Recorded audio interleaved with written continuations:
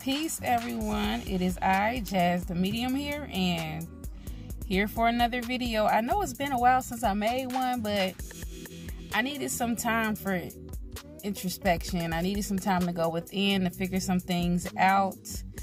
Ever so often, I gotta break down and just kind of look at things and reconfigure things and figure out what I want to do, or there's some things internally that I need to work on. So that's what I've been doing.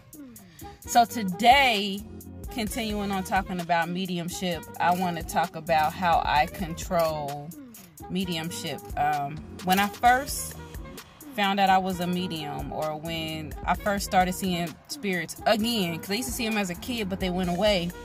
But when I first started seeing them again, they were everywhere, and it was just kind of hard to control, and I was overloaded. Like, I would get headaches and I would get nauseated just from getting bombarded from all these spirits that I would see. Like, they would just topple me like, I couldn't think, I couldn't do nothing. It was just, it was terrible, I'm not gonna lie.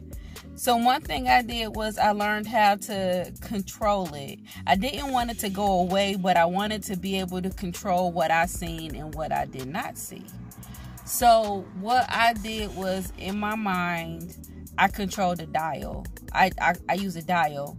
I do utilize spirit guides too, but I'll talk about the dial first. So what I did is, in my mind, I see a volume dial, and people might see me do it. I might do like this, and I might take my hand and go, just kind of turn the dial like that. I might do that physically, but in my mind is a volume dial, and I just turn it down when I don't want to see, and when I'm connecting with a sitter, I'll turn the volume up.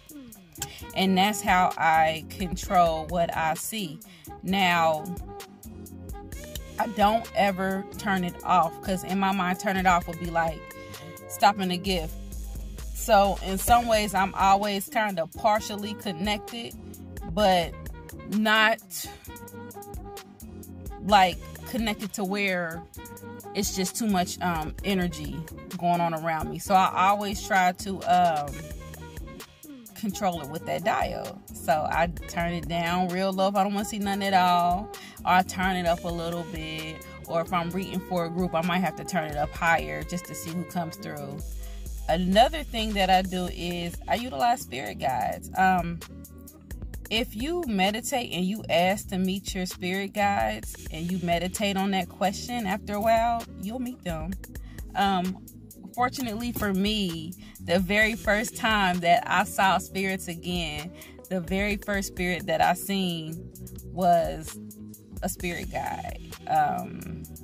He was like a Native American man, and he kind of walked around with me for days. And I just realized that he was more protective. So I kind of use him. I call him my bouncer. So sometimes what I'll picture in my mind is him standing by a door, and he'll regulate who comes in and out of that door. So that helps too. And that keeps me from getting overwhelmed. And it kind of helps me to control that. But we have several different spirit guides, and different spirit guides have different purposes. One thing I also noticed was that your spirit guides change. So the same spirit guides that I met before aren't necessarily the same spirit guides that I have now, but he tends to stick around more. He's still around. He's still my bouncer at the door. So I rock with him. So using the dial, the tuning dial, using the spirit guides, those are two ways that I do them. Another way that I do it is that whenever I connect, instead of just trying to sometimes I kind of picture myself going to the spirit realm, but sometimes I just connect. Well, let me reword it. Sometimes I picture myself going to the spirit realm, and I'll just see who stepped forward. Like, and it's weird because to me, it could be like a room. It could be like a large room, and I'm sitting at a table, and I'll ask somebody to step through and come sit at the table with me. And if I can see them, they'll give me information. Or if not, then they'll send me symbols or signs and symbols that I can interpret. or like I can hear their voice, so I can hear them speak. And sometimes I can hear exactly what they sound like, or sometimes it'll sound like my voice. It just depends. Or sometimes I can see exactly what they look like, or sometimes they'll look like somebody I know, but it'll fit the description of that person. So it just depends. Sometimes I'll picture it that way, or sometimes I'll just connect directly to that individual. And I notice that whenever I connect directly to an individual, because most of the times when I do psychic readings, that's what I'm doing. I'm like connecting directly to individuals. And when I do it that way, I always get impressions. There's not many times when I give a regular psychic reading and I connect directly to that individual that an ancestor does not step through. You know, just some people are not receptive to that type of message, you know. But I do always try to find a way to slide the message in. I just be like, well, if they tell me absolutely no mediumship readings, I don't want to hear from my dead grandmother, I might just slide the message in like, well, you know, spirit is telling me, because they are spirits. You know, spirit is telling me this, or spirit is telling me that, you know, and hopefully it resonates with that person.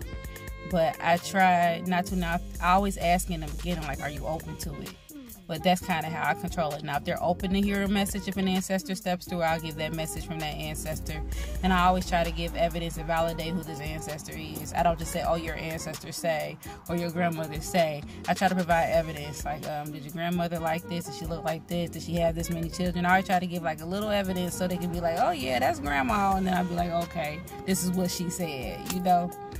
So that is kind of like the way that I like to do it. That's the way that I kind of control myself and control the things around me. But the most important, or the biggest way that I do it, is the dial. That helps. I just turn it down and I know when to turn it up. And sometimes, side note before I get out of here, sometimes I can't always control that dial.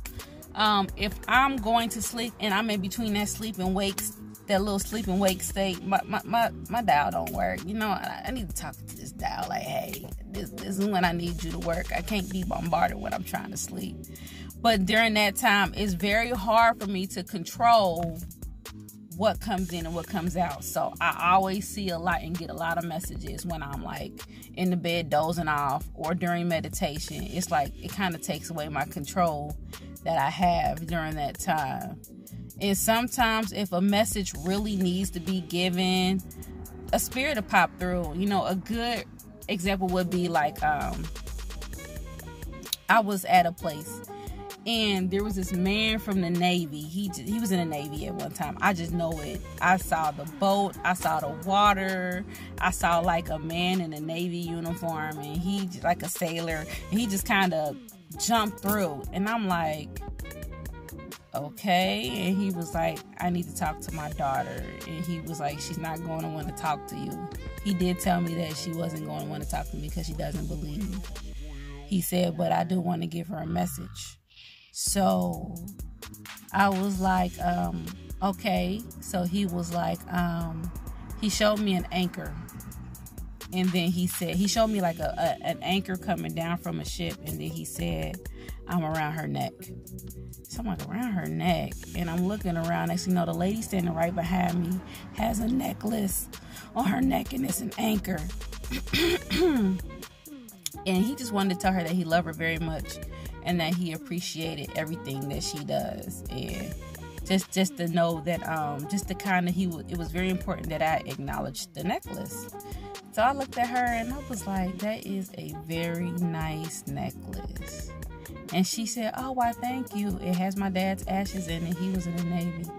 I said, man, I bet he would love that necklace. You know, he's probably very proud of you. You look like you're doing well.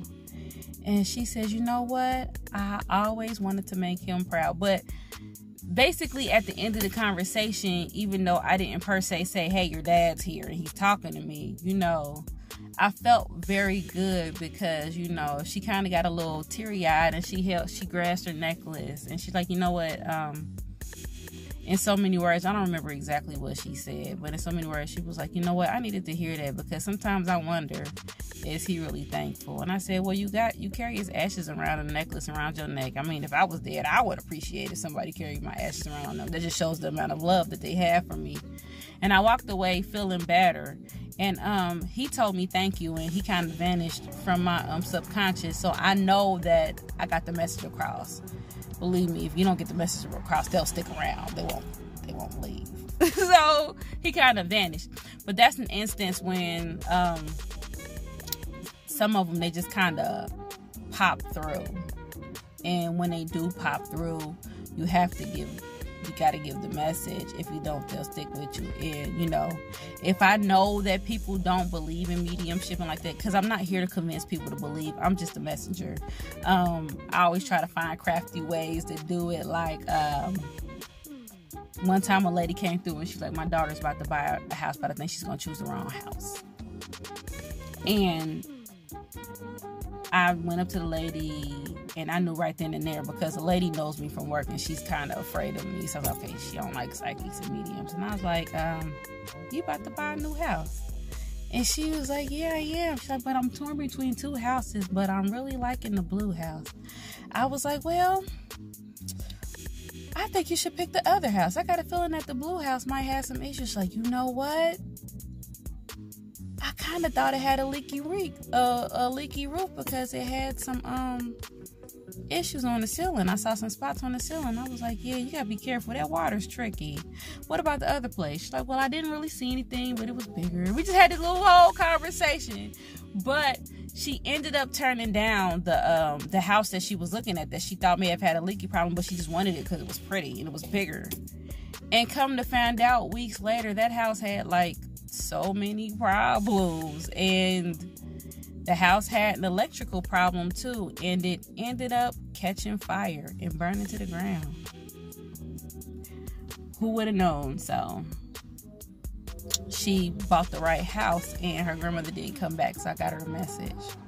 And there were times when people are receptive to mediums, and you know, when they pop through, I can go and I can tell them like, hey, I got your grandmother here, or your grandfather, your uncle, your cousin, your mother, whoever here, and this is what they want me to tell you. So some people are receptive and some people aren't. As long as the message is given, that's all that really matters to me. I'm not here to really prove to anybody that I'm some big shot medium, and I'm not here to prove to anybody that mediums are real. I'm just here to give the message. I know we're real because I'm one. So I'm just here to give the message. But the way, again, to recap, I got a little off subject. The way I control is through my dial and the use of spirit guides. I mostly use my dial, but that's pretty much how I control them. And that little area between being asleep and being awake, you know, that halfway point. I haven't figured that out yet, but when I figure it out, I'll do another video on it. I just haven't figured out how to do it. But that's when I get the strongest messages, though. In meditative state, strongest messages. I think I'm gonna do another video on that. But anyhow, if you would like to book a reading with me, you can go to my website at www.jazzthemedium.com and book your session. I also have monthly programs where you can pay me monthly and you get readings, and you'll get weekly updates and card readings from me. It's called my Divine Assist program. Check it out. I also have a mentorship program, which is going very well. It's a 12-month program, and you get access to me, which not a lot of people have. We have conversations during the week. We have activities that we do, and it's all built on strengthening your spirituality. And if you have any gifts, it's built at strengthening any gifts that you would like to strengthen. So check it out. Peace.